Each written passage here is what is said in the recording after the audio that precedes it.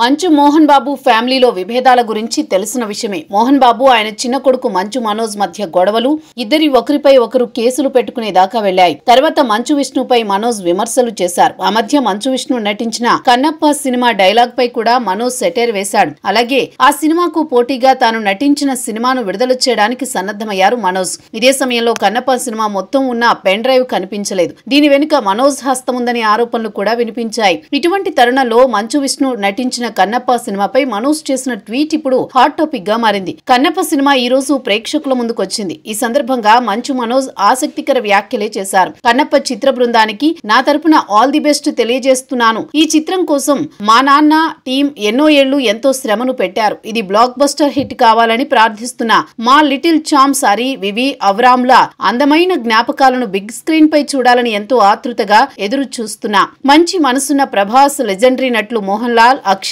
కుమార్ గారు, ప్రభుదేవ ఇలా ప్రతి ఒక్కరికి పేరు పేరున హృదయపూర్వక ధన్యవాదాలు తెలుపుతున్నా. అలాగే తనికెళ్ల భరణి గారి జీవిత కాలం కళ జీవం పోసుకుని శుక్రవారం జూన్ 27న కన్నప్ప విడుదలవుతుండడం సంతోషంగా అనిపిస్తోంది. వీళ్ళంతా ఈ మూవీ కోసం చేసిన సాయం, చూపించిన ప్రేమ, నమ్మకం ఎంతో గొప్పవి. ఎప్పుడెప్పుడు ఈ సినిమా చూస్తానా అని ఆసక్తిగా ఎదురు చూస్తున్నా. ఈ ప్రయాణానికి ఆ పరమేశ్వరుని ఆశీస్సులు, ప్రేమ ఉండాలని కోరుకుంటున్నా అని మనోజ్ ట్వీట్ చేశారు. అయితే తన ట్వీట్ లో ఎక్కడా కూడా అన్న విష్ణు ప్రస్తావన ఆయన తీసుకురాలేదు.